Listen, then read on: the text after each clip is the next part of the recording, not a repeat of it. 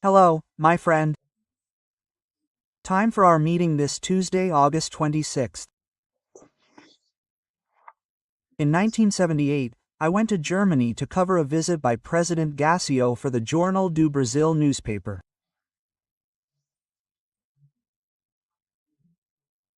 On the way back, I stopped in Rome and went to St. Peter's Square and saw Pope John Paul I, who had taken office on August 26th.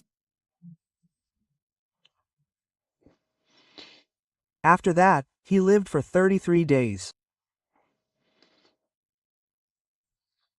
He was a very brief pope and sparked a series of assumptions about his death, these legends.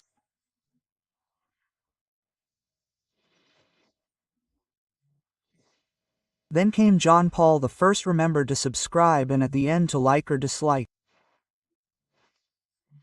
So, let's get to today's conversation.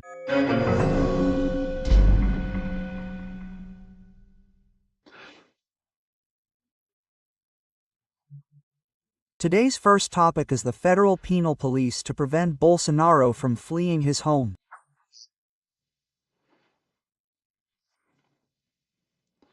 It sounds like a joke, but it's not.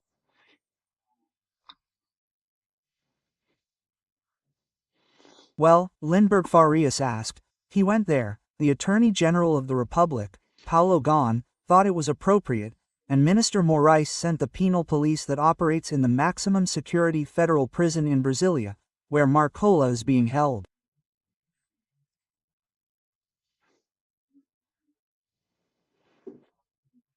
Dino brought Marcola from Porto Velho to Brasilia for added security.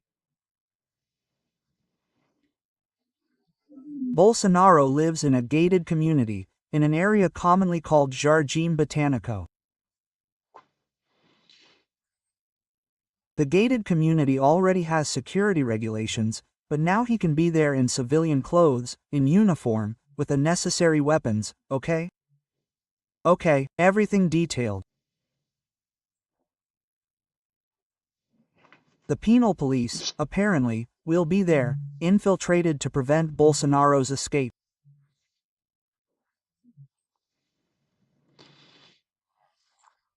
He could have stayed in the United States when he avoided handing over the sash to Lula. He could have left whenever he wanted. Then a draft asylum request appeared. Asking for asylum isn't a crime. Everyone has the right to ask for asylum, right? So much so that the Brazilian government even grants asylum to those persecuting politicians, right? As it has already done, and many even gave it to those persecuted by the criminal police, right? For people who killed a bunch of people in Italy, like Battisti, but anyway, I don't know if it won't weaken Marcola's guard. Imagine if Marcola escaped at this time, the responsibility, right?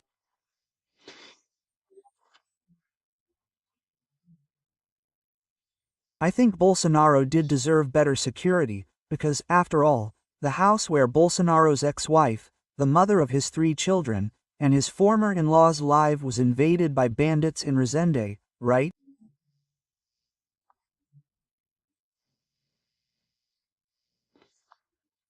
Bolsonaro was attacked by someone, encouraged by whom, right? By Adelio Bispo, who tried to kill him.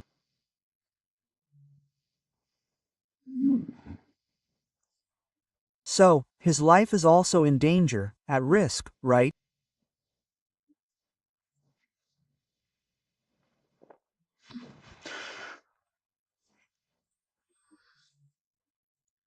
Anyway, second point. Minister Flavio Dino, at the request of Marcos Polan, a congressman from Mato Grosso do Sul, from the place, gave a president 10 days.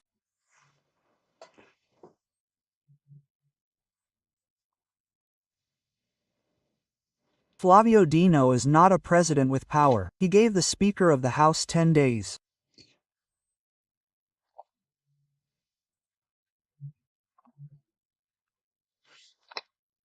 Hugo Moda, explain the urgency, how the approval of what they're now calling the digital ECA, educational education and training system, which is that bill that the Estadão editorial says was approved in a rush, irresponsible manner, with Moda trying to divert it, to squeeze censorship in.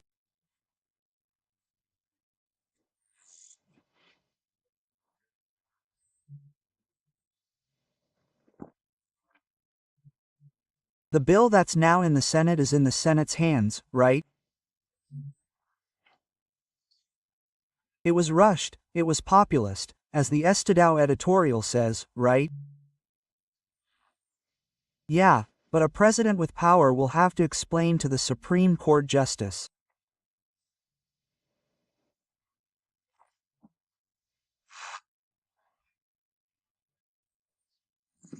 A president, a power that had the votes of his voters and the vote, your power, your Chamber of Deputies, will have to explain how he managed the urgent process and approval by symbolic vote, which means the leaders are there, they speak out, and it goes that way.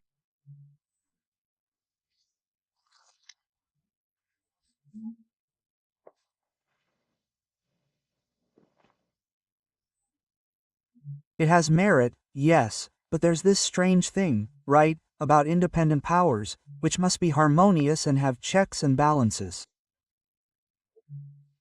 The Senate is zero weight, right? The Senate is zero weight with the presidents it has, who thwart any attempt at correction by the other branch. As stated in the Constitution, it's a power that the Senate has.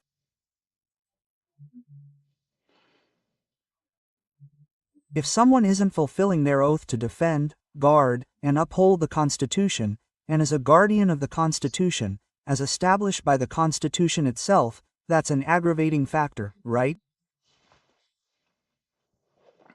But anyway, that's the case, right? Now, a question about these last 40 years.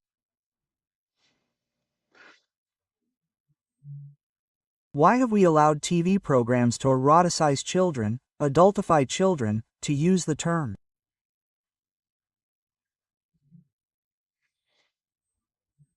This morning I heard my brilliant journalist friend, Rogerio Mendelski, in Guaiba, say that adultification is a glamorization of pedophilia.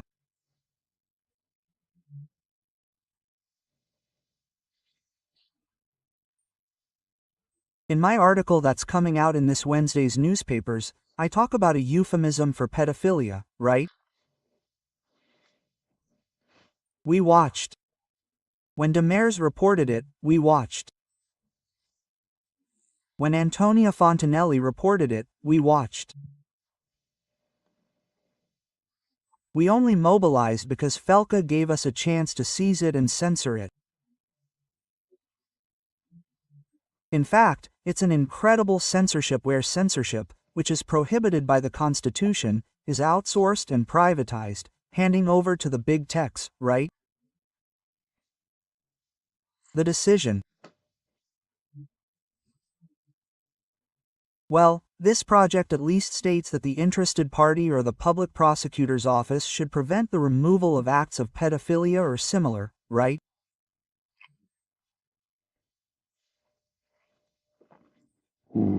But anyway, it gets strange, you know?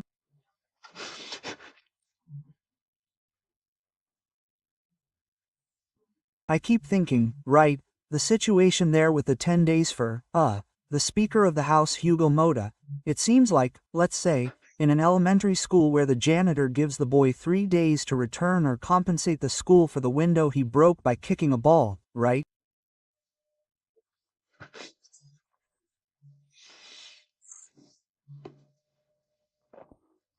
Well, and finally, I wanted to talk to you about this alliance that is ending.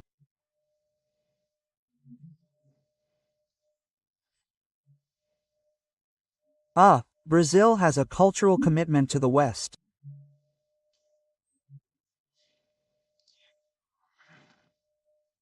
Judeo-Christian culture, Greek philosophy, Roman law.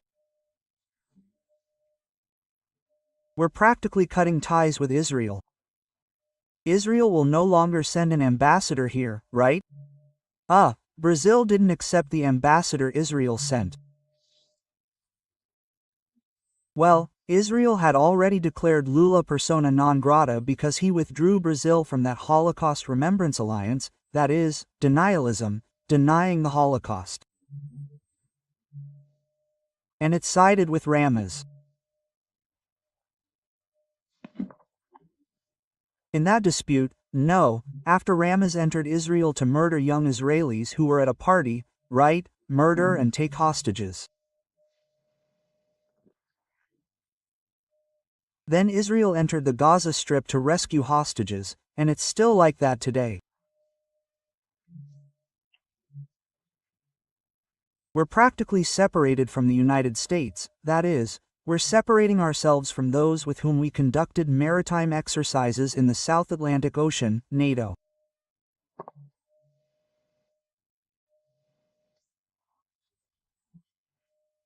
Do you know how many British islands form a rosary around Brazil? And that's why the Brazilian Navy exercises with the British Navy, with NATO ships. 8. Ascension, St. Helena, Fallons, South Georges, South Sandwich Islands, Tristan da Cunha. I'm forgetting 2 more. Goncalo Alvarez, South Orkney.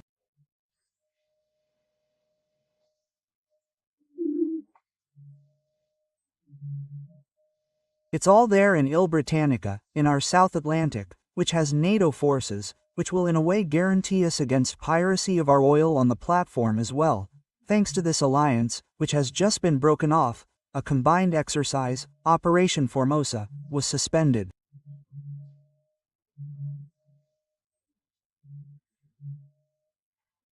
I showed the plane leaving here. It's from Brasilia, right? And then, folks, it makes me sad at a time like this. Lula shows up at a ministerial meeting, like today, everyone wearing little blue riding hoods with the following motto. It seems like it was written by Councilor Ocasio, Brazil belongs to the Brazilians.